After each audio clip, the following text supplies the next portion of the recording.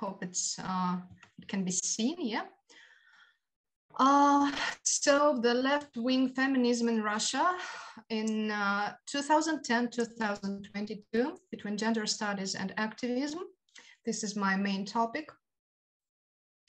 So the early 2010s in Russia were marked by new aspirations and milestones in the development of feminism. This was caused on the one hand by an intensive and varied reception of foreign sources on gender theory, and on the other hand by the emergence and rapid intensification of new authoritarian tendencies in Russian social and economical politics. Among other currents, left-wing feminism, socialist feminism, Marxist and Trotskyist feminism, and anarcho-feminism deserve particular attention. This report examines the main features, characteristics, and problems of this spectrum of feminist thought and practice, and attempts to outline its path and current state.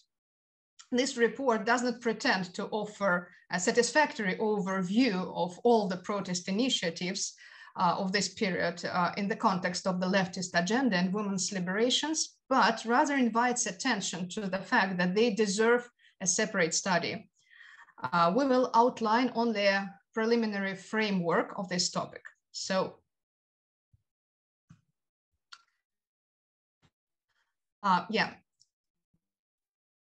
in Russia, the 2010s were marked by the intensive development of feminist theory and by the growth of feminist reflection on issues external to feminism, such as war, migration, labor, ecological welfare, animal and nature protection, social spaces protection, and other issues. Above all, this has been reflected in the reception of foreign knowledge, for a long time has been inaccessible to the Russian-speaking public due to political reasons, objective political reasons, as you know. An important role in reception was played by gender theorists of the older generation. So I mean those who were active also in the 1990s and zeros years, activists, theorists, and teachers, including lecturers at the European University in St. Petersburg, for example, one of the centers of such reception. Among them can be mentioned, for example, Yelena Zdravomyslova, Anna Temkina, but also Olga Lipovskaya, Irina Yukina, Olgerta Haritonova, the Ukrainian journal Gender Studies, also edited by Irina Zherebkina from Kharkov, till nowadays, and many others. So they published collections that compiled the main theses of foreign authors in order to finally allow Russian-speaking society to fill the gaps which appeared due to objective historical and political circumstances. For example, the two-volume book Gender for Dummies and the more recent enormous European university textbook 12 Lectures in Gender Sociology, in Russian also, summarizing hundreds of foreign texts in succinct paragraphs with self-check questions. During the same years, many classic works by authors important for feminist theory were also published in Russian for the first time, like Simone de Beauvoir, Virginia Woolf, Judith Butler, Donna Haraway, Ursula Le Guin, and many others, not to mention journalistic texts and feminist autofiction and so on. So, a crucial branch that would not really begin to emerge until the late 1920s, but that began to emerge in the zeros, is the colonial feminist reflection and critics of Soviet project as an imperial and aggressive one. This tendency is primarily associated with Madina Tlastanova, who dedicated to that subject plenty of her texts, books, and reports, and who had to leave Russia in 2011 for various reasons, and became a decolonial feminism's professor at Linköping University in Sweden.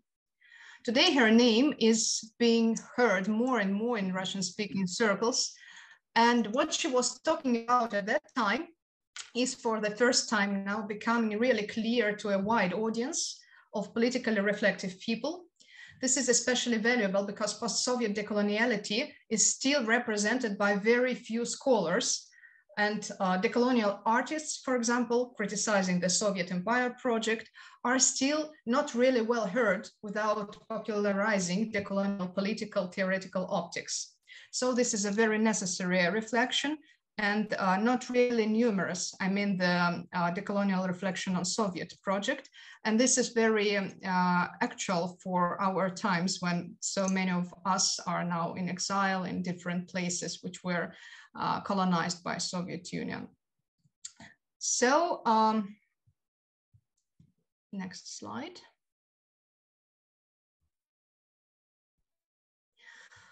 Part of the academic milieu of feminist literature dissemination coincided with the activist milieu. Some authors, translators, editors, professors, graduate students, and female students helped activist groups, were members of them, or created their own. Most activist groups had at least one to several women associated with academia. Often these collaborations led to mixed formats of activism. For example, feminist film clubs held as electives at academic spaces or at independent underground places with the participation of female students, graduate students, and faculty members, and so on. There were several film clubs that operated on a regular basis in various Russian cities, as well as plenty of reading groups designed to provide a broader reception of gender theory and provoke discussion among women of various professions, including those far from academia, not really academic, or not academic at all.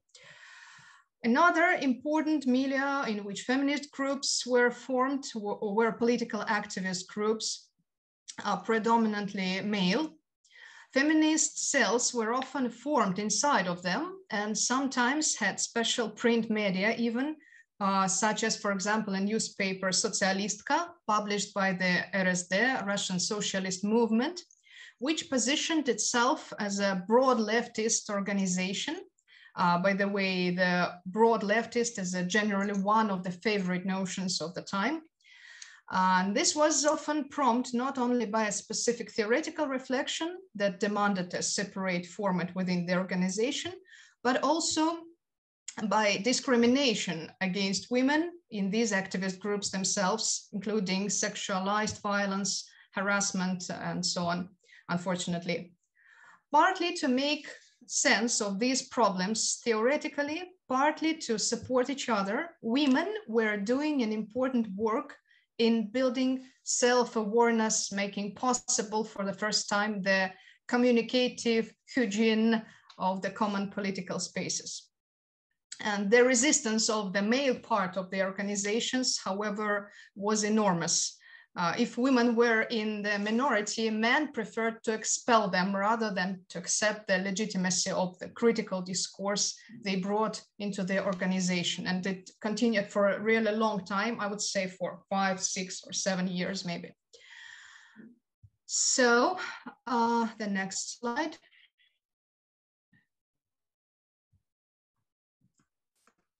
The argument about the discord that women allegedly introduced into the ranks of the working class, singling themselves out as a specific social group, was particularly long held by leftist groups. So they said that women just damaged the working class groups, breaking them and splitting them and so on. So feminism is a very damaging tendency.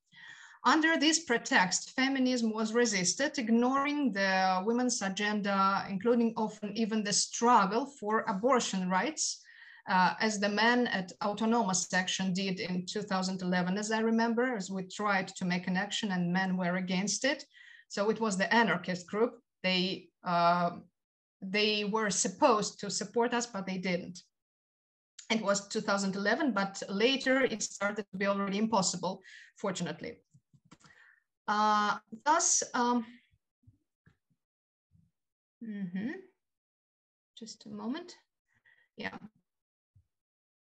Thus, the 10th were the years of justifying the legitimacy of the women's agenda as requiring specific attention, tuned optics, and specific tools for work. In some cases, this really did succeed, So the women's agenda was recognized and accepted for consideration. Many men who had opposed feminism in the early 10th came to understand in the second half of the 10th and stopped opposing the thesis of uncontroversial alliance between feminism and left-wing activism. So they agreed that this is a necessary topic and tried to join it as much as it was possible for them. So discursively, much has changed. Among other things, it has become indecent to condemn the feminist agenda and to openly support, for example, the patriarchal order or justifying rape and harassment. It was in the early 10th when it was okay for the activist groups. And everyone used just like victim blaming or slut shaming and all that stuff.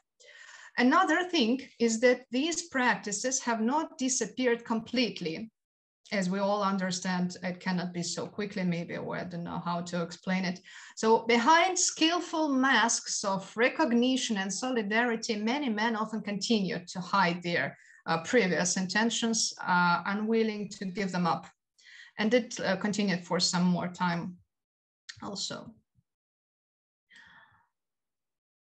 So this really poisoned the common struggle and often led to the separation of women's activist groups into separate groups, just as in Germany in 1980s, when women continued to do the same activist things, but in groups separated from the men, joining them just very rarely and purely tactically and not without fear, actually, yeah.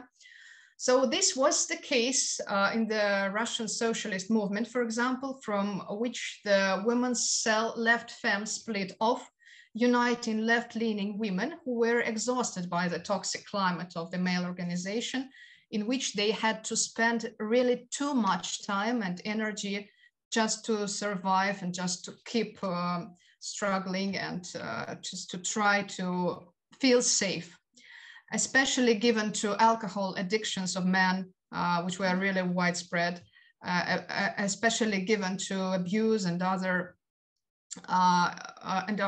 things that made the climate really toxic and that damaged the healthy solidarity inherent in male activism. However, not all women joined this feminist trend, and many remained in emptied male groups, often denouncing feminist, even tactical separation and articulating their opposition to bourgeois feminist influence. So in some cases, the real reason, as I see personally, was fear of male condemnation and loss of social well-being. This was often justified. For example, men often really damaged the reputation of disobedient women, and this could destroy their access to activism in general, especially in the small towns of Russia where women had no impact at all. So women avoided this risk and often preferred to oppose the few female activists rather than the large male community. To do so, they often severed ties with retreating women.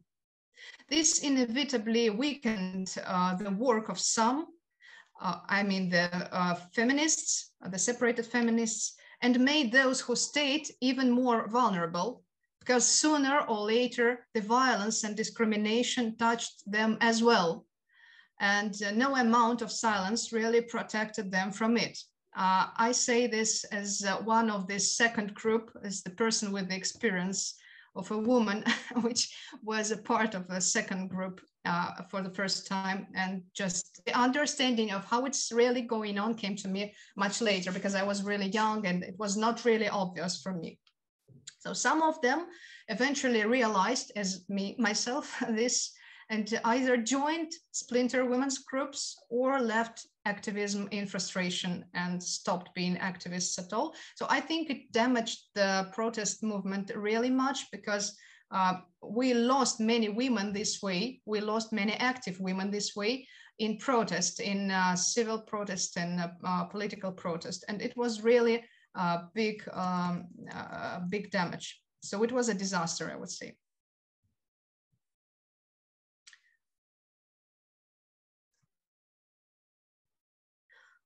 An important feature of leftist feminism in Russia was that it was for a long time very abstractly leftist, uniting socialist, communist, anarchist, and even Bolshevik women, different types of left-oriented women. One of the reasons for this was the small number of activists, actually, in the political protest movements, especially because the general civil protests were mostly women protests, but the political protest was mostly male protest.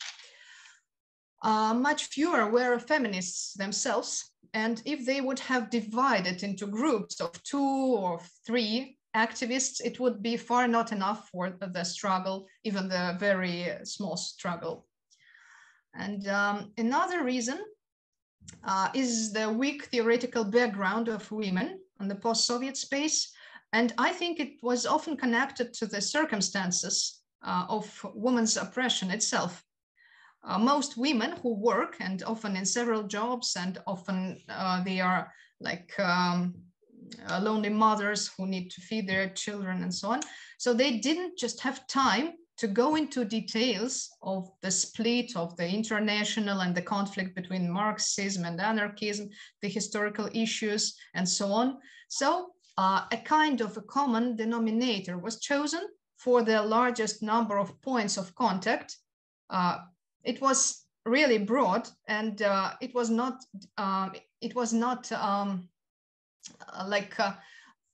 the details were not really visible for the women, but the women felt really united in this under this common denominator. So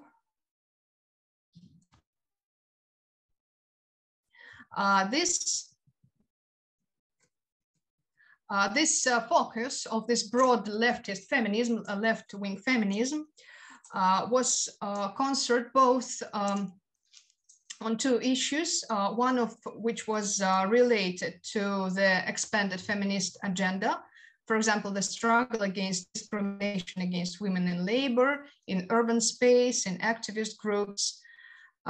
It also touched the situation of migrant women and the situation of working women and mothers and other groups like that. And also it focused on the general front of activist resistance.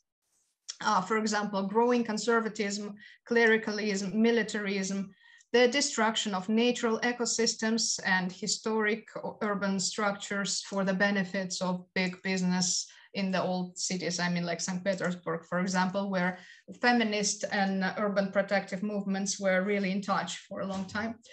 The lodging of forests and nature reserves, and much more. So very different topics were in the focus of these groups.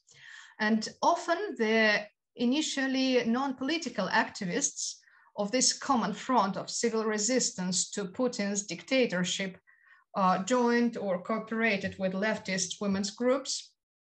So leftist activists used leftist theory to explain current grassroots of the civic problems, linking the destruction of the environment to business appetites, the repressive censorship laws to the nature of government, and so on, and not seeing them as separated from each other and spontaneous. So often this allowed civic activists to become politicized, shifting their focus from specific local problems to the overall situation in the country.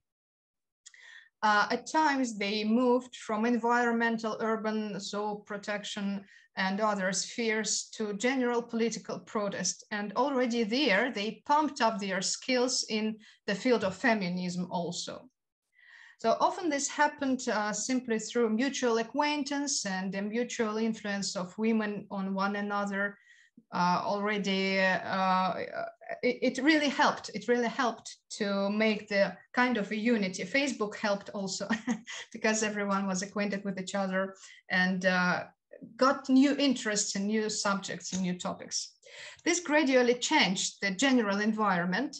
shaken, of course, by conflicts, including gender conflicts and conflicts about violence and so on. So that's what happened. That's how it was focused. And now, let's look at the overall context of the era in this question, 2010-2022. The gradual increase of the dictatorship. It was a really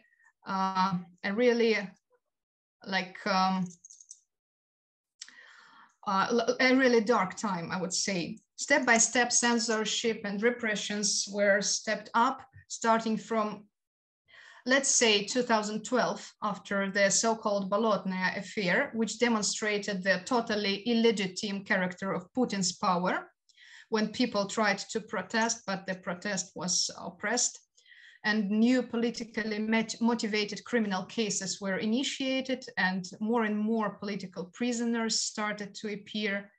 So the Russian government's assault on society and resources was becoming more and more intense, and the groups were melting away and being destroyed, and many activists started to leave Russia already in the second part of 2010s. And here is one of the photos you see, one of the protests. I made it, I don't remember when it was, kind of, I think maybe 2015 or something like that. These are LGBT girls who were trying to fight for the rights of LGBT people. So which groups I'm talking about?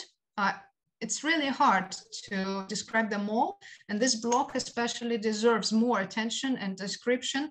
And I will only touch on all of the upcoming plots in general terms, just in general terms, yeah. So which groups can be singled out as feminine and at the same time significant for the all left agenda for the period of 2010-2022. Groups that emerged in cooperation with or on the basis of socialist protest groups or autonomous groups in their own right. Often the same women could be a part of several groups at once or interact with them situationally as part of specific activist initiatives. So many women were in different groups at the same time. The first one, let's call it the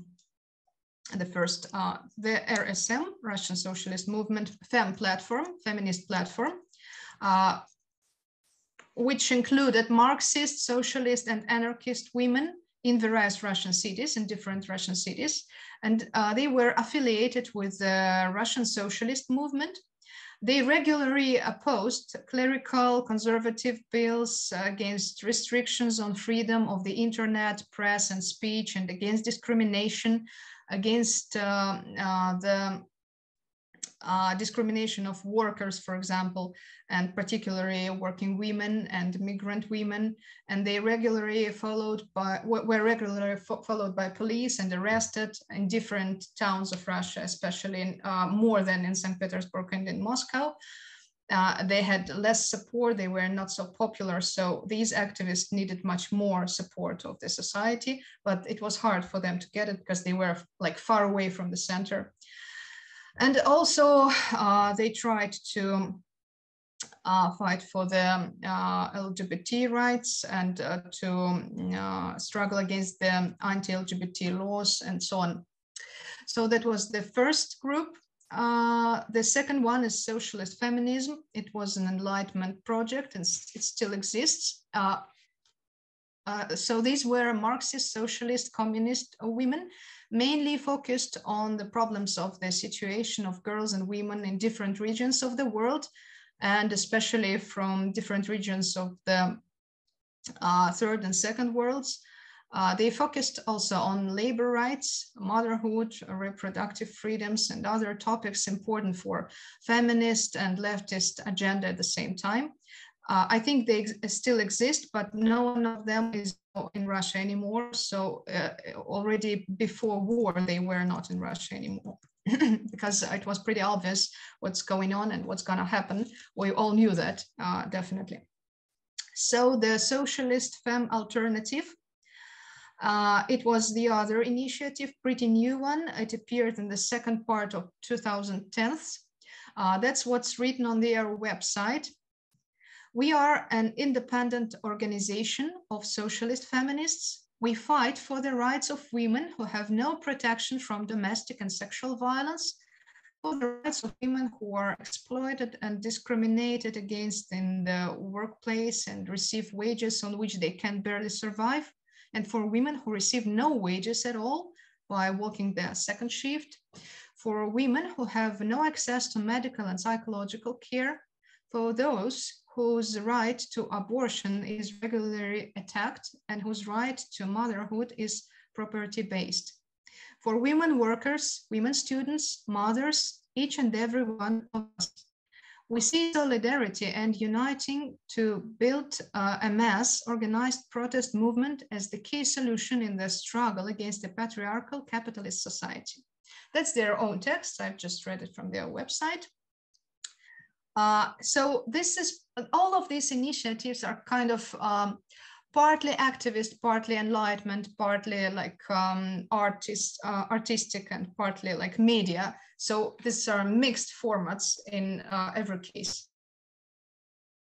So interesting is the initiative of Rhythms of Resistance. It's a worldwide known tendency, I would say.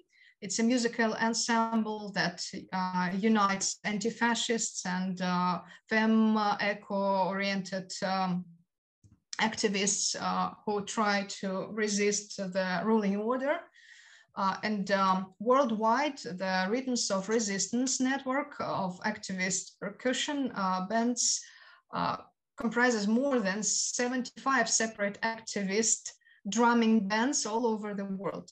So these are very numerous bands, and they try to oppose the globalization since 1990s, and they were very active in the zeros, and as such, the use of tactical frivolity, carnival, and creativity are a defining hallmark of all bands in this network. So they work on the decentralized and democratic basis, and all decisions within each band are made by consensus. No one is in charge, and those who have just joined the band have the same voice as those who have been members for many years. So it looks not like a Bolshevik party at all. And each band operates independently, joining campaigns and actions that they themselves support, but they may join together for national demos, etc.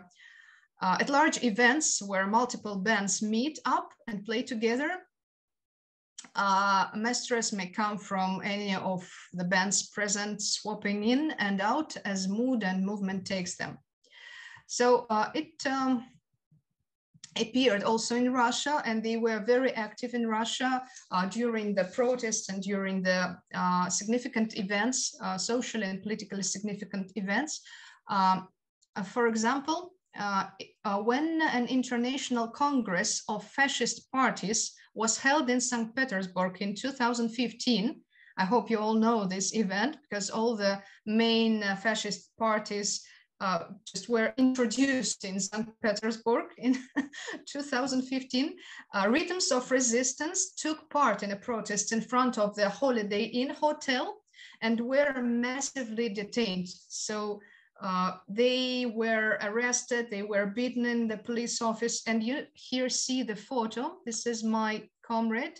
She is arrested during this protest against this international fascist meeting, fascist party, I would say.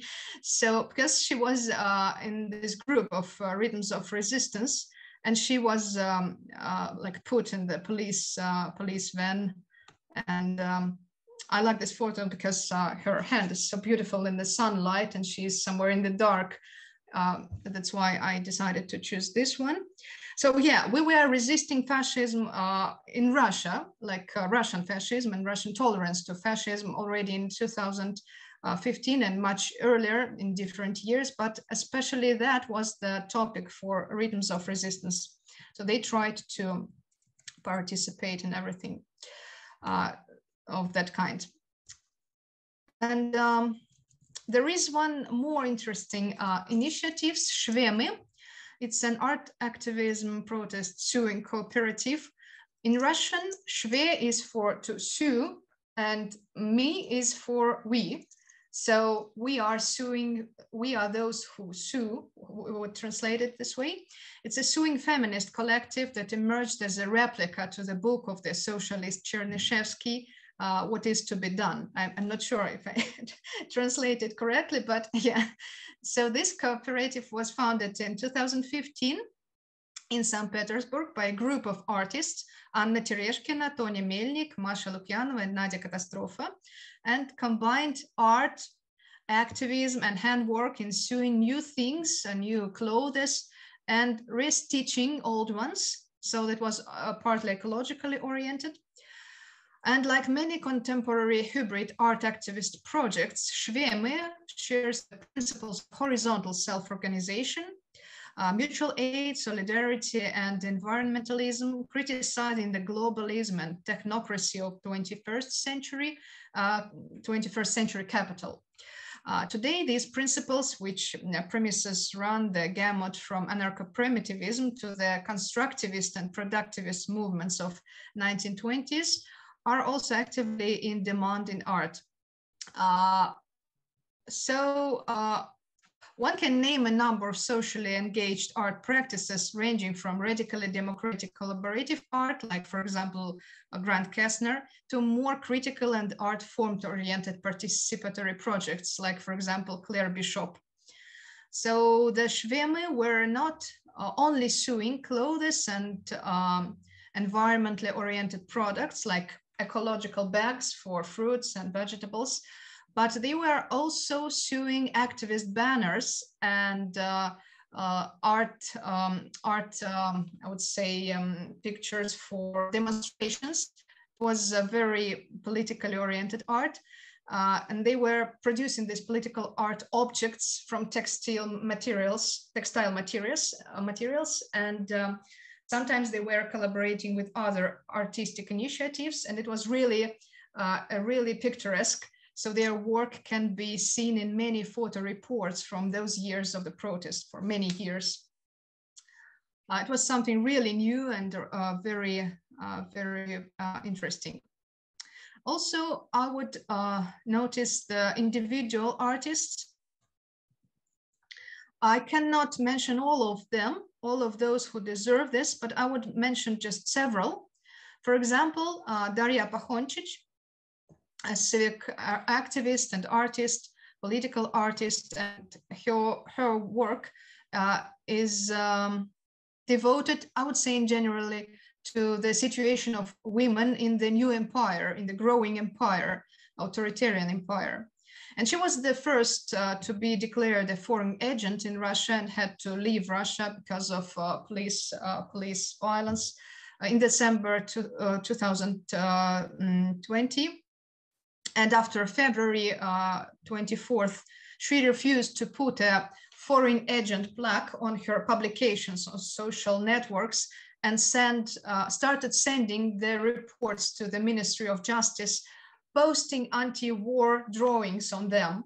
So she is forced to put this plaque and to write this document every time. But instead of this, she's drawing the anti-war stuff on it and making this an art object. And she's sending these objects to the Russian Ministry of Justice. And there are publications about it. You can just find it. It's worth seeing, definitely. It's a great thing and it's really shocking. And she's a great woman, actually, yeah. So this is how she decided to express her disagreement with the war in Ukraine. But actually, even beside that, she had really many practices, anti-war practices for 10 years already. So it was a long history of her war resistance. And Daria definitely deserves a very special research, I would say. And also I would mention Leda Garina, the anti-militarist actionist. For me, she's in the first line, the anti-militarist actionist, not even a feminist, but she is a feminist, definitely. So she's a theater director, now former theater director, but she's also an author of a number of vivid anti-war performances of the last 10 years, and also a creator of the project Eva's Rips. And here you can see two of the print screens of her performances. The first one is Give Birth to the Meat. I don't know how to translate it. And the second one is like the, it's an anti-war performance of, I think, 2020 or 2019, maybe. So the war was already, the war continued already, but it was not the that kind of war that we have now. But she was expressing her position against it already then. So these are the men who are swimming inside of the, like, I don't know how to call it, not a grave, but a thing that we put in a grave. I forgot the word. So they are swimming through the ice water, and like one moment of being alive. So you give birth to a child, and then he jumps himself into the grave. And this is just a short moment of swimming through the ice of the lake, and then you just go into death, and nothing else can happen. So she was opposing this main thesis of Russian propaganda about life after death, the theological idea that Russian propaganda has on its top, like please die for the motherland and you will live forever. And she was opposing this idea for many years, and she made many performances. I would dedicate her also just a big lecture to her arts. So yeah, and I would continue, and the Eva's Rips is her project also, Leda Garina's project, and it appeared in 2016. It's a feminist project, and they focused on actionism, educational activities, co-working, and they had a special place in St. Petersburg co-working space that was regularly attacked by right-wing and pro-government groups. Yeah, it was really disgusting, actually, as I remember, and they never could feel really safe, because everyone was so shocked that women can gather without male companies. So how could it be? That's why they attacked this women's space. But also Eva's Rips made festivals, social theater exhibitions, lectures, which helped much the consolidation of women to participate in civil and social protests.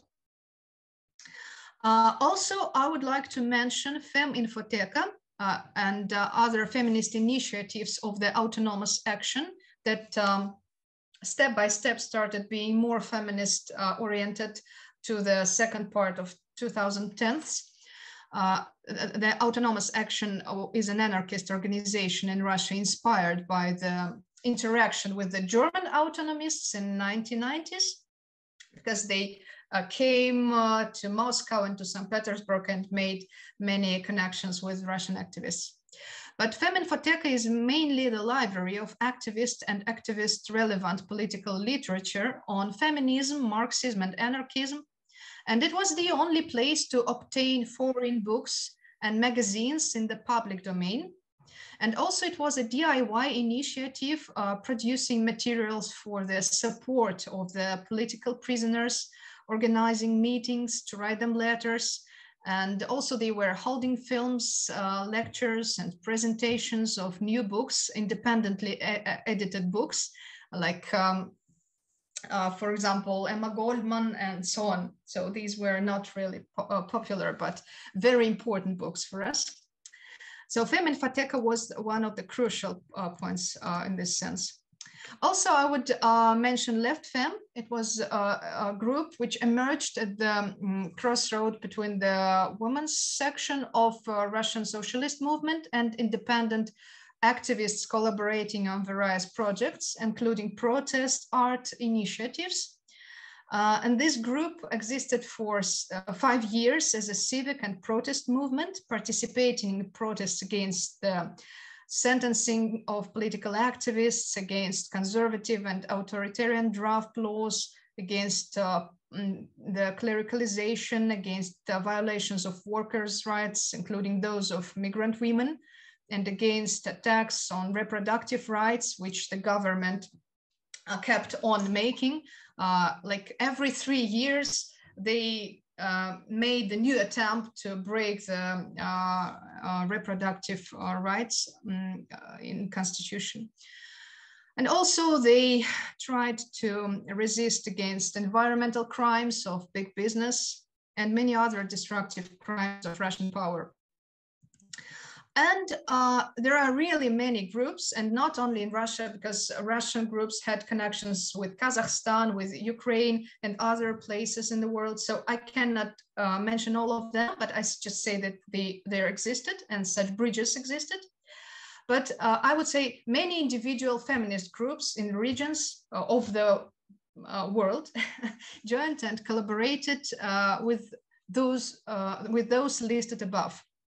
And many of the feminist groups shared a leftist agenda or started sharing leftist agenda after the collaborations or after the experience of making something together situationally. But then they discovered leftist optics for themselves that could also happen. I would like to show you some photos of these different years. This is, for example, the Femme Frontier leftist feminist festival in Nizhny Novgorod in 2014. And that was a kind of collaboration of different feminist groups from many cities of Russia. These girls are from very different initiatives connected to different topics, more ecological or more LGBT or more like leftist or more artistic or so on. So really many initiatives. And exhibition of the group ANFEM, previous Left Fem, dedicated to the birthday of the group, 5 years of activity, in the co-working space of the project Eva's Ribs in 2019. So, and one more photo from there. Also the same exhibition, and this girl is posting photos from our protests in which we participated from different years also.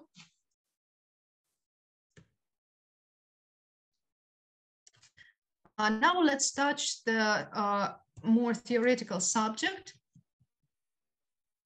So all of these groups often interacted or joined forces when the context of political protest demanded it. And over the years, however, several lines have emerged along which many groups and activists have split. So some subjects were really crucial for this split. And the second one, I would start with the second one because it's not so important like the first one, but the composition of my report suggests me to put the first one a little bit later. So the second one is the division between Marxism and anarchism, as well as the division within Marxism and anarchism, including women's groups. And that's why, for example, the group Left Fem turned to be ANFEM, as you have seen on the previous slide. So one of the unspoken but extremely significant traumas of Russian history, as well as many in the West, is the rift between Marxism and anarchism as philosophies, as strategies, as practices, as scripts of communication, and so on. And all over the world, you can find people who see no particular contradiction between Marxism and anarchism, but who at the same time appeal to one or another, leaning on one or another, and so on. And there are many such people also in Russia. including those seemingly very sophisticated in artistic and actionist initiatives.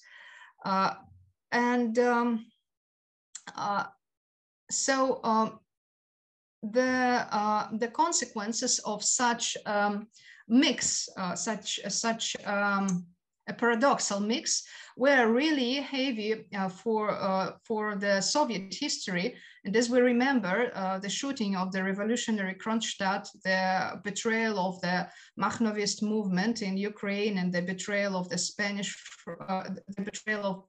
anarchists on the Spanish front in the 1930s, described by George Orwell, and many other cases show that this difference was really crucial for political movements in history, but it was not touched in the last 30 years in Russian-speaking spaces. And maybe this was a mistake, a theoretical mistake, I would say. This is what I really suspect. Apart from these concrete historical episodes, not entirely coincidental, it seems to us the difference between anarchism and Marxism in questions of the philosophy of history, ideas about economics, and other principled positions has been far more significant than one might have expected. And alas, the validity of the thesis that unspoken traumas and conflicts sooner or later make themselves felt is now clear. So this thesis is really clear. The hope of avoiding these cornerstones in the practices of women's liberating struggles has predictably collapsed, both in the tactics of engagement and in the evaluations of what was happening. So Marxist and anarchist visions diverged sharply in the experience of feminist coalitions, and in 2019, the decision was made to rename Left Fem to ANFEM, with the subsequent transition of Marxist women to Marxist initiative platforms without further close collaborations. ANFEM started to act exclusively as an anarchist group, and in this capacity, they also started to produce the Anathema magazine and continued their educational and protest activities, building collaborations with other projects, anarchist projects, just purely anarchist projects, whose members and participants also overlapped by the end of the 2010s. So, for example, among them we can mention Akrateia Journal, Taste the Waste, and others. Akrateia Journal is a Ukrainian-Russian project launched in 2018. This magazine is bilingual and it's Russian-Ukrainian. You can see texts in Russian and Ukrainian languages. And the tasks of this journal are, firstly, the reception of foreign anarchist knowledge, which for political reasons was unavailable in the post-Soviet, in the Soviet and post-Soviet periods. Secondly, the collection of a corpus of Russian and Ukrainian language anarchist thought in the post-Soviet period. So we just tried to gather all the texts that are available for us and to put it into one place, just to make anarchism great again, because Marxists usually have this tradition of the big collection of the texts. And about anarchism, many people have just the opinion that these are like teenagers, like crazy teenagers and so on. So we wanted to show this big corpus of texts and tried to collect it.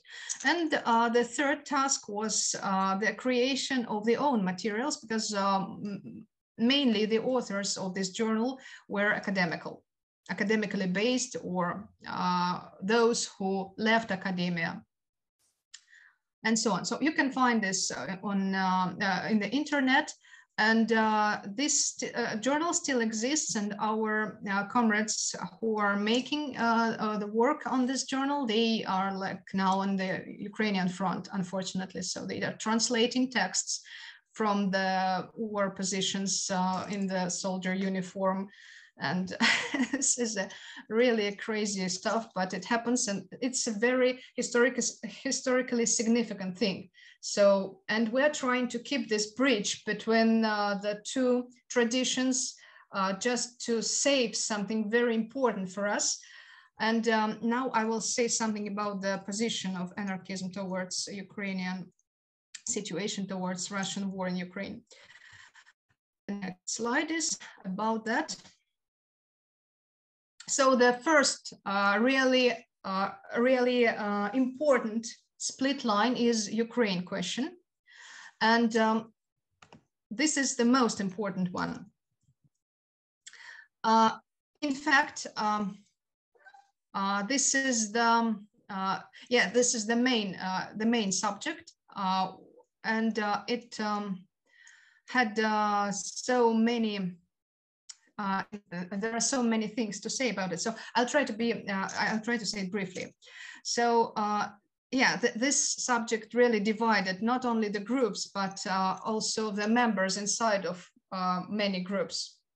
There appeared like three positions towards the Russian war in Ukraine.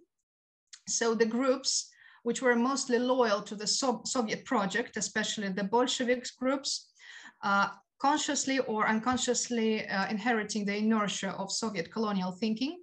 And they came out in support of Russian policies in Donbass and even in Crimea, like many Western leftists, opponents of NATO, as well as the new right wing in West. So I've noticed it by both leftists and right-wing activists.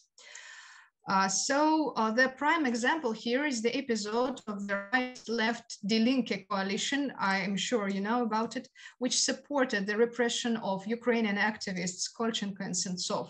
So they put their signature nearby the signatures of the right-wing activists. And that was what Die Linke made, really. The second position was like that. So the others took this position.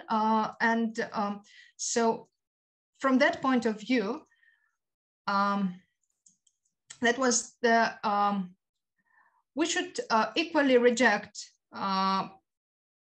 both Russia and Ukraine under the pretext that all wars are class wars, and therefore Ukraine is just as guilty as Russia, since they are both bourgeois state.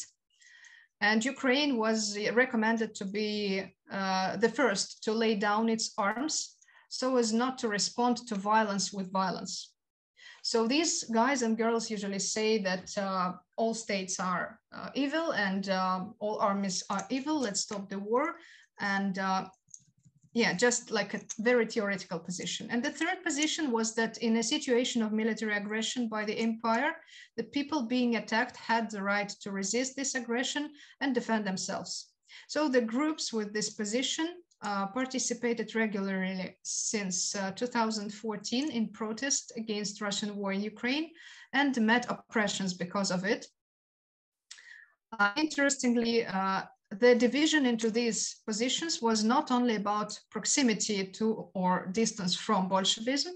Many anarchists, especially those who are in Moscow, took the second position, not the third one.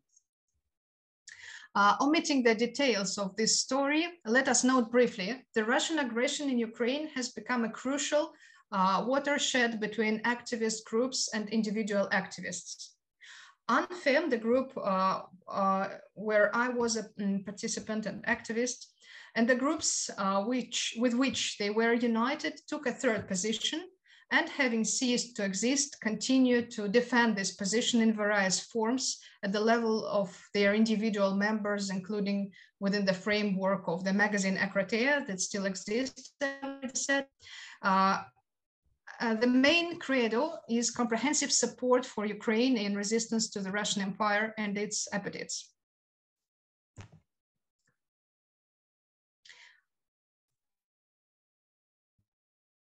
So after the outbreak of the full-scale war, you now see the photo which I made on the anti-war protest on the day when the full-scale war started. It's the 24th of February.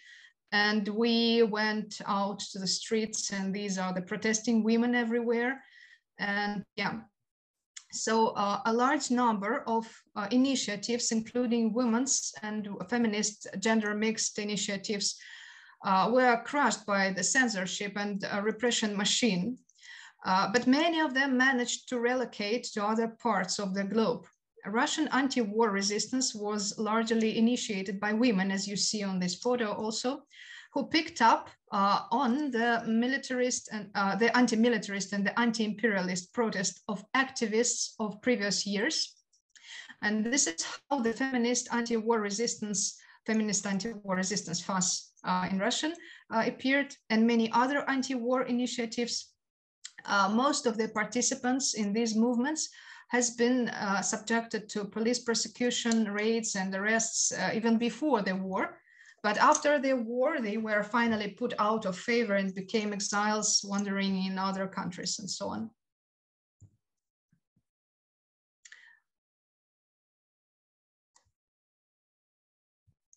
So we have looked at some schematic details of the women's leftist protests of 2010, of the period since 2010 to 2022.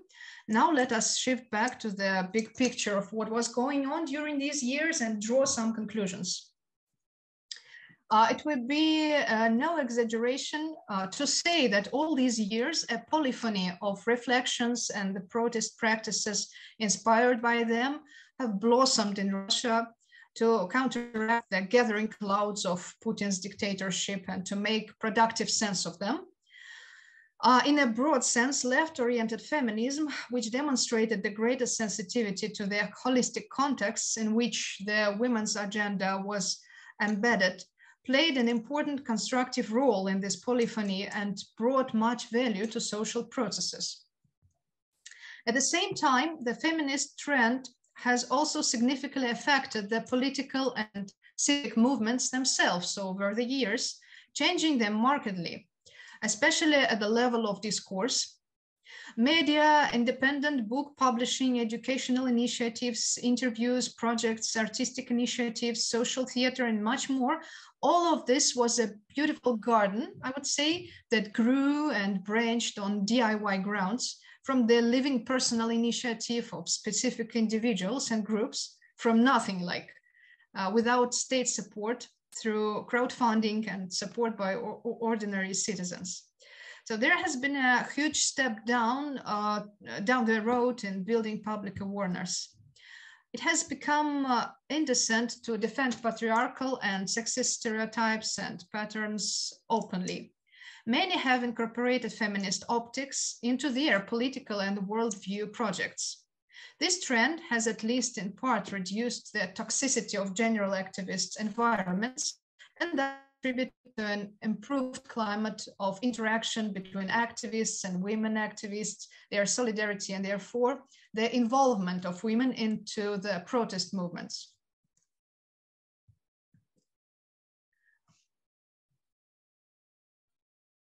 An important problem, however, is that these processes remained invisible to Europe mostly, and often we also reached out to activist groups in Europe, especially after the annexation of Crimea finally proved the authoritarian peak into dictatorship, and to other forces and signaled alarming processes at conferences.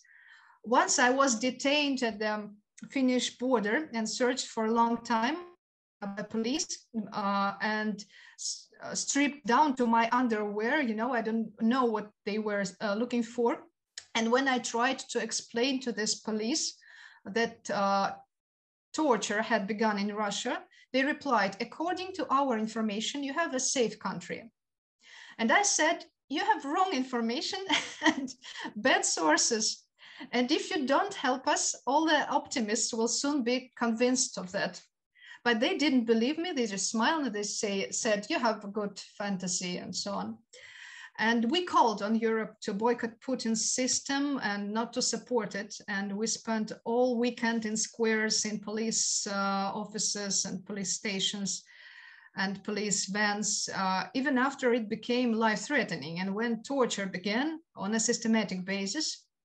And our text still couldn't reach the first world, and we remained in a kind of hermetic second world still. And even the academic open calls and the activist open calls didn't reach us. And even if they did, it was almost impossible for us to join them because of the difficulty of obtaining visa, because of the differences in currency rates and the general poverty of workers in Russia, and because of the poor command of foreign languages in the former Soviet space, and in general because of the lack of interest in the first world for our subjects and so on. So it was kind of a ghetto, I would say now, was Soviet ghetto, invisible one for the main guys and girls who wrote these beautiful books that we couldn't really get easily, but we read it still, we got it still. And I made my Finnish shopping, usually going to Helsinki and buying the big bag of books once a year. So that was my Finnish shopping, yeah. And just to get some books, not for us in the libraries. So I think that was a very dangerous situation. Sometimes over the years, female researchers from the first world who had written dissertations on feminism in the post-Soviet space came to us, interviewed us, defended their dissertations, and then never contacted us again. And it never led to collaborations or to support. And with the growing monster of Putin's dictatorship, we actually were left alone, without resources, without the possibility of influencing the European consensus on what is happening on Russian territory. And the monster was growing there for such a long time, really. So given the overall small size of the activist community, even the sprawling one among Russians' total population, it is only natural that this has resulted in a total failure of our activist community. So the main conclusion, which I would like to make, is that if there exists still any way out of this disastrous state of affairs, and I'm not sure actually that there is one, besides supporting Ukraine, that's what we should do mainly, it is surely in the planetary solidarity of all opponents of imperial models, all supporters of freedom and justice, and in mutual sensitivity, even in situations where the inertia of past colonial orders make it difficult to hear. So this sensitivity to the different parts of our common globe, this is what we really need, as I see now, being in exile, like being a ghost of a previous me. And that's what I had to say. Thank you very much for your attention. Yeah, and my presentation is over also. Thank you.